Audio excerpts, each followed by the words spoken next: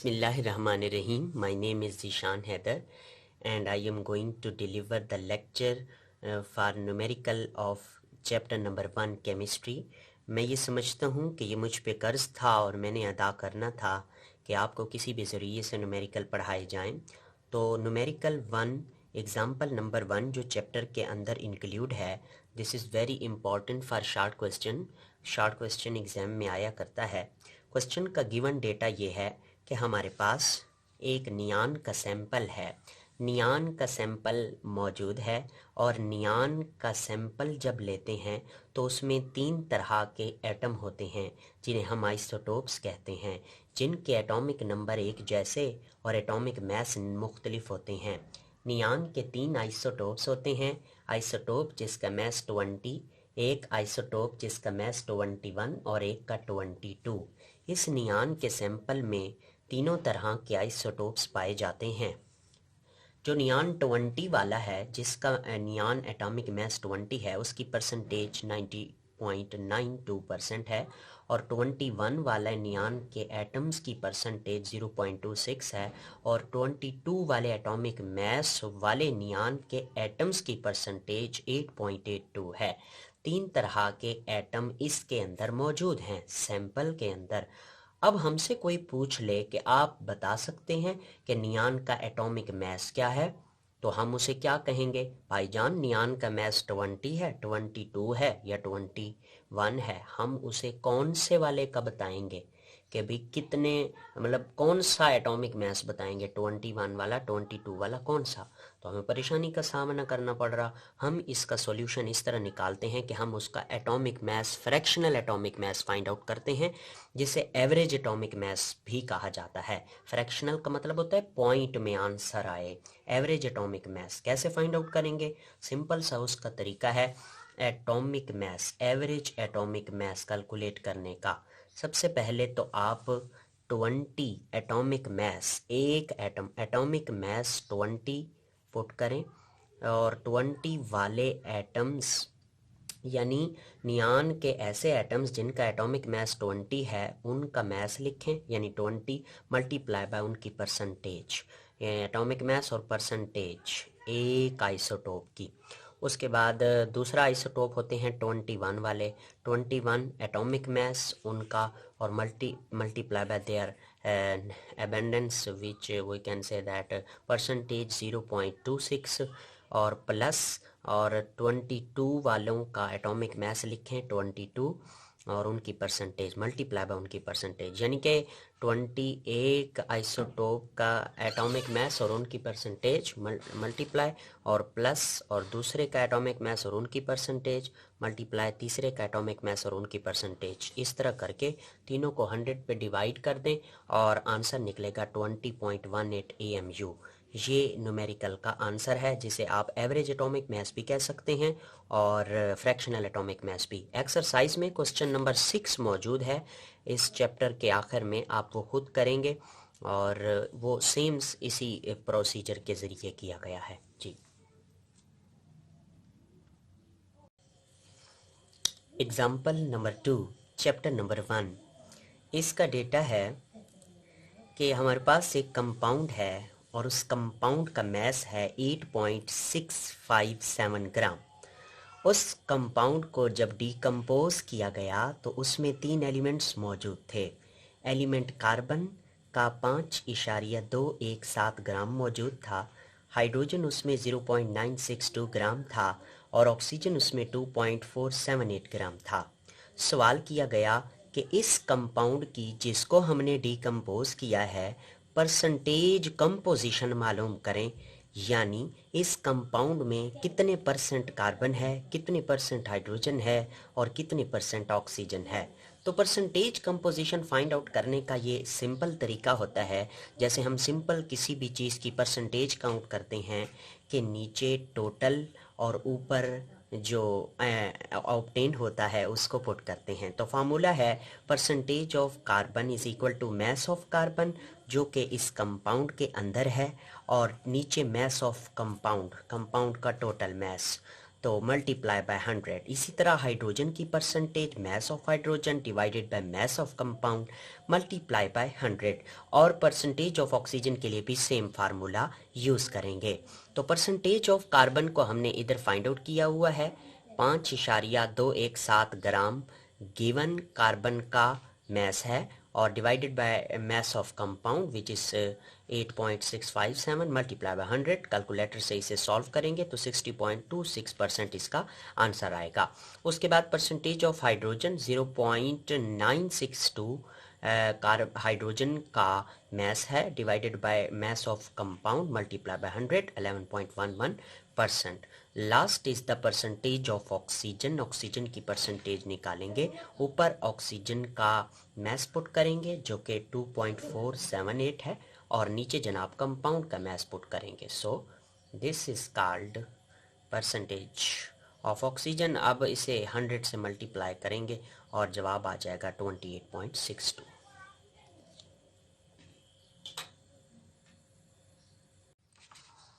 Example number 3। Example number 3 का data है कि हमारे पास एक एस्कॉर्बिक एसिड है। एस्कॉर्बिक एसिड एक ऑर्गेनिक कंपाउंड है जिसका दूसरा नाम होता है विटामिन सी। इस एस्कॉर्बिक एसिड या विटामिन सी के अंदर कार्बन की परसेंटेज है 40.92, हाइड्रोजन इसमें पाया जाता है 4.58% और ऑक्सीजन इसमें पाया जाता है 54.5%। बाय मास इसका मतलब ये है कि इनको हम ग्राम में भी ले सकते हैं, यानी कार्बन 40.92 ग्राम है, हाइड्रोजन 4.58 ग्राम है और ऑक्सीजन 54.5 ग्राम है। ठीक है, सवाल पूछा उसने, रिक्वायरमेंट क्या है कि इंपीरिकल फार्मूला फाइंड आउट करें। इंपीरिकल फार्मूला फाइंड आउट करें। अब इंपीरिकल फार्मूला मालूम करने के कुछ स्टेप्स होते हैं जो टॉपिक में आपको पढ़ाए जाते हैं, जिनमें सबसे पहले आपने परसेंटेज कंपोजिशन फाइंड आउट करनी होती है। परसेंटेज कंपोजिशन का मतलब होता है कि ऑर्गेनिक कंपाउंड में कितने परसेंट कार्बन है, कितने परसेंट हाइड्रोजन है और कितने परसेंट ऑक्सीजन है। दूसरे नंबर पे आपने number of gram atoms find out करने होते हैं। नंबर ऑफ ग्राम एटम्स का मतलब होता है मोल्स, ये हम आगे भी आपको पढ़ाएंगे। नंबर ऑफ ग्राम एटम्स या मोल्स बात एक ही है, नाम दो हैं। Number of gram atoms find out करने का ये फार्मूला है, इसे हम नेक्स्ट एक्सप्लेन करेंगे। तीसरे नंबर पे हम एटॉमिक रेशो फाइंड आउट करते हैं और एटॉमिक रेशो के बाद हम इंपीरिकल फार्मूले की तरफ बढ़ते हैं, ये भी मैं आपको आगे समझा देता हूँ। तो सबसे पहले हमने क्या करना है, स्टेप्स के मुताबिक परसेंटेज कंपोजिशन फाइंड आउट करनी है। वो तो हमारे पास पहले से है पड़ी, परसेंटेज कंपोजिशन मौजूद है। ठीक, उसके बाद हमने number of gram atoms find out करने हैं जिन्हें मोल्स कहा जाता है। अब नंबर ऑफ ग्राम एटम्स या मोल्स का फार्मूला होता है गिवन मास ओवर मोलर मास। मोलर मास पीरियोडिक टेबल से हासिल किया जाता है, गिवन मास हमें वो खुद देता है, जैसे उसने इधर दे दिया। आप कहेंगे ये तो परसेंटेज है, नहीं, ये परसेंटेज भी है और बाय मास, यानी हम इनको मास भी कंसीडर करेंगे, ये गिवन मास भी हैं। ठीक हो गया। तो अब मोल्स फाइंड आउट करने का क्या तरीका होता है, हमने इधर लिखा हुआ है नंबर ऑफ ग्राम एटम्स या moles of carbon is equal to given mass over molar mass. ठीक है, गिवन मास कार्बन का कितना है 40.92 और मोलर मास इसका 12 होता है। गिवन मास का जो यूनिट है वो ग्राम है और मोलर मास का ग्राम पर मोल होता है। ग्राम ग्राम से कैंसिल हो जाता है, इसको इस पे डिवाइड करें, आंसर आता है 3.41। ये पर मोल ऊपर चला जाएगा तो ये मोल हो जाएगा। अच्छा, मोल का दूसरा नाम क्या होता है, ग्राम एटम्स। मैं ग्राम एटम्स लिखूं या मोल, बात एक ही है, फर्क कोई नहीं। दूसरे नंबर पे number of gram atoms of hydrogen. Hydrogen का गिवन मास है 4.58 और उसका मोलर मास पीरियोडिक टेबल से फाइंड आउट किया जाता है विच इज़ 1.008 ग्राम पर मोल। इसको इस पर डिवाइड करें, आंसर आ जाएगा 4.54 ग्राम एटम्स या मोल्स। तीसरे नंबर पर number of gram atoms of oxygen. Oxygen के नंबर ऑफ ग्राम एटम कैसे फाइंड आउट करते हैं, पहले ऑक्सीजन का गिवन मास लिखें जो कि है 54.5 और मोलर मास होता है इसका 16 और इनको इस पे डिवाइड करेंगे तो आंसर आ जाएगा 3.406 ग्राम एटम्स। तो तीनों कार्बन, हाइड्रोजन और ऑक्सीजन के हमने मोल्स फाइंड आउट कर लिए। अच्छा, मोल्स फाइंड आउट करने के बाद तीसरा स्टेप होता है कि एटॉमिक रेशो फाइंड आउट की जाती है। अब एटॉमिक रेशो कैसे फाइंड आउट करते हैं, उसका ये तरीका होता है कि पहले आप तीनों एलिमेंट्स को इस तरह रेशो की फॉर्म में अरेंज करें, carbon ratio hydrogen, ratio oxygen, ठीक है। फिर इनके नीचे उनके मोल्स लिखें, नंबर ऑफ मोल्स जो हमने फाइंड आउट किए हैं, ये देखें ये वाले लिख दिए। उसके बाद आप ये देखें इन तीनों मोल्स में से कौन सा एक ऐसा एलिमेंट है जिसके मोल सबसे कम हैं। तो मेरे मुताबिक ऑक्सीजन के मोल सबसे कम हैं, 3.40, ये है 3.41, ये सबसे छोटा डिजिट है, सॉरी ये सबसे छोटे नंबर ऑफ मोल्स हैं। तो अब आप ऐसा करें, जो सबसे छोटे नंबर ऑफ मोल हैं उससे सबको डिवाइड कर दें, जैसे कि 3.406, 3.406, 3.406, इसको इस पे डिवाइड करें आंसर 1 आता है, इसको इस पे डिवाइड करें आंसर आता है 1.33, और इसको इस पे डिवाइड करें आंसर आता है 1। अब ये जो आपके सामने आंसर आया है, अगर तो होता ये होल नंबर में, होल नंबर का मतलब पॉइंट ना होता 1 2 3 या 1 1 1 ऐसे, तो ये पॉइंट में आंसर ना होता तो आप इसी को एम्पिरिकल फार्मूला बना देते, मगर नहीं, ये होल नंबर रेशो में नहीं है आंसर, ठीक है। तो इफ़ नॉट होल नंबर यानी एटॉमिक रेशो अगर होल नंबर ना हो, मल्टीप्लाई विद सूटेबल नंबर, तो इन सब को एक ऐसे सूटेबल डिजिट या नंबर से मल्टीप्लाई करें कि ये सारी वैल्यूज़ का आंसर होल नंबर में आ जाए। तो अगर मैं 1 से मल्टीप्लाई करता हूँ तो आंसर सेम आएगा, 2 से मल्टीप्लाई करता हूँ तब भी आंसर पॉइंट में आएगा। मैं ऐसा करता हूँ 3 से मल्टीप्लाई करता हूँ, 3 1 जार 3, और 3 को 1.33 से मल्टीप्लाई करें तो ये आंसर आता है, और 3 1 जार 3, आप कहेंगे ये भी तो पॉइंट में है। देखें जब 9 को हम इसके साथ 4 के साथ राउंड ऑफ करते हैं तो ये 4 हो जाता है, 3 4 3। तो आंसर क्या बनेगा, कार्बन 3 हिस्से, हाइड्रोजन 4, ऑक्सीजन 3, तो C3H4O3, this is called the empirical formula of ascorbic acid. Example number 4, एक लिक्विड सैंपल है, उसके अंदर कार्बन, हाइड्रोजन और ऑक्सीजन मौजूद हैं। इस लिक्विड सैंपल को हमने कंबस्शन एनालिसिस में सब्जेक्ट किया। क्या मतलब है इसका, यानी इस लिक्विड सैंपल को हमने जलाया, कंबस्शन की उसकी। देखें जिस भी चीज़ की कोई कंबस्शन की जाती है, कंबस्शन का मतलब होता है ऑक्सीजन की मौजूदगी में जलाना किसी भी चीज़ को, तो उसमें से दो चीज़ें प्रोडक्ट के तौर पर रिमूव होती हैं, एक carbon dioxide in the form of gas और एक water in the form of gas. ठीक हो गया, हमारा ऑर्गेनिक कंपाउंड है, उसको हमने कंबस्शन एनालिसिस में इंसर्ट कर दिया, यानी उसको कंबस्ट कर दिया, उसको जला दिया। ओके हो गया। तो इस ऑर्गेनिक कंपाउंड का जो हमने लिया हुआ है लिक्विड सैंपल, इसका मैस है जनाब 0.5439 ग्राम। ठीक है, तो जब आप इसे कंबस्ट करेंगे, कंबस्शन करेंगे इसकी, तो इसमें से कार्बन डाइऑक्साइड भी निकलेगी, इसमें से वाटर भी निकलेगा। कार्बन डाइऑक्साइड जो इसमें से रिमूव हुई उसका मैस है 1.039 ग्राम, और वाटर जो इसमें रिमूव हुई उसका मैस है 0.6369 ग्राम। क्लियर, ये हमारा डेटा है। सवाल किया गया what is the empirical formula of this organic compound which is in the form of liquid. अब एम्पिरिकल फार्मूला फाइंड आउट करने के स्टेप में आपको थोड़ी देर पहले इसमें पिछले न्यूमेरिकल में पढ़ा चुका। एक मैंने बताया था सबसे पहले जनाब ने क्या फाइंड आउट करना होता है, परसेंटेज कंपोजिशन फाइंड आउट करनी होती है, और दूसरे नंबर पे आपने मोल्स बताने होते हैं, और तीसरे नंबर पे एटॉमिक रेशो बतानी होती है। ये हमने पहले भी डिस्कस किया। ठीक है, तो अब परसेंटेज कंपोजिशन का मतलब होता है कार्बन की परसेंटेज, हाइड्रोजन की परसेंटेज, ऑक्सीजन की परसेंटेज। अब इसमें ना तो हमें कार्बन के बारे में कुछ बताया है, ना ही हमें हाइड्रोजन के बारे में कुछ बताया है, ना ही ऑक्सीजन के बारे में। हमें बताया गया कार्बन डाइऑक्साइड के बारे में और वाटर के बारे में। हम क्या करेंगे कि कार्बन डाइऑक्साइड के मैस की हेल्प से कार्बन की परसेंटेज फाइंड आउट करेंगे, और हाइड्रोजन के मैस की हेल्प से, सॉरी, वाटर के मैस की हेल्प से हम हाइड्रोजन की परसेंटेज फाइंड आउट करेंगे, और ऑक्सीजन की कैसे करेंगे ये भी आगे बताता हूँ। सबसे पहले परसेंटेज ऑफ कार्बन, कार्बन की परसेंटेज कैसे फाइंड आउट करते हैं। देखिए कंबस्शन एनालिसिस में यूज़ होने वाले ये फार्मूलाज हैं जो हमने याद करने हैं। सबसे पहले परसेंटेज ऑफ कार्बन के हवाले से देखें तो मैस ऑफ कार्बन डाइऑक्साइड ऊपर पुट करें, नीचे मैस ऑफ ऑर्गेनिक कंपाउंड जो हमें ऊपर दिए गए हैं, मल्टीप्लाई बाय 12/44। ये क्या है, देखें हम कार्बन की परसेंटेज फाइंड आउट कर रहे हैं, किस से, कार्बन डाइऑक्साइड से। तो जिसकी परसेंटेज फाइंड आउट कर रहे होते हैं उसका मोलर मैस ऊपर लिखते हैं, और जिससे परसेंटेज फाइंड आउट कर रहे होते हैं उसका मोलर मैस नीचे लिखते हैं। कार्बन डाइऑक्साइड का मोलर मैस 44 बनता है, फाइंड आउट करके देख सकते हैं। और मल्टीप्लाई बाय 100। इस फार्मूले में वैल्यूज पुट करेंगे तो हमारे पास क्या आ जाएगी, परसेंटेज ऑफ कार्बन। ये देख लें, percentage of carbon is equal to mass of carbon dioxide.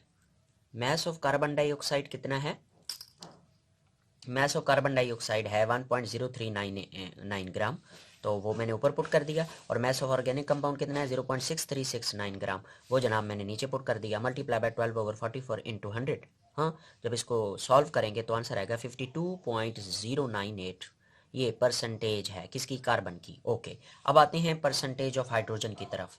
तो उसका भी सिमिलर फार्मूला है, मास ऑफ वाटर। देखें, हम वाटर से हाइड्रोजन की परसेंटेज फाइंड आउट कर रहे हैं, ठीक है। Mass of water divided by mass of organic compound multiply bye 2.016/18। ये क्या है, अब देखें, ऊपर हम किसकी परसेंटेज फाइंड आउट कर रहे हैं, हाइड्रोजन की। ऊपर हम हाइड्रोजन का मोलर मास फाइंड आउट करेंगे। आप कहेंगे सर वो तो होता है 1.008। जी बिल्कुल, मगर हम इधर हाइड्रोजन एटम का मोलर मास नहीं, बल्कि हाइड्रोजन मॉलिक्यूल का मोलर मास पुट करेंगे, जो कि H2 की फॉर्म में होता है। क्या वजह है, हाइड्रोजन कभी एटॉमिक फॉर्म में एग्जिस्ट ही नहीं करता, हाइड्रोजन मॉलिक्यूलर फॉर्म में पाया जाता है, इसीलिए 2.016 इसका मोलर मास, और नीचे वाटर का मोलर मास 18 होता है। हाइड्रोजन की परसेंटेज फाइंड आउट कर रहे हैं तो ऊपर हाइड्रोजन का मास पुट करेंगे मोलर, और वाटर से फाइंड आउट कर रहे हैं तो नीचे वाटर का 18। इधर देखें, अब 0.6369 किसका है, हाइड्रोजन का सॉरी वाटर का मैस है, मैस ऑफ वाटर, और नीचे ऑर्गेनिक कंपाउंड का मैस है। Multiply by into 2.016/18 into 100। जब हम इसको सारा सॉल्व करेंगे तो परसेंटेज निकलेगी 13.11। ओके हो गया। अब परसेंटेज ऑफ ऑक्सीजन की तरफ आते हैं। देखें, तीन चीज़ें हैं ना टोटल, तो टोटल 100% में से किसकी परसेंटेज कितनी होती है हमने ये देखना होता है।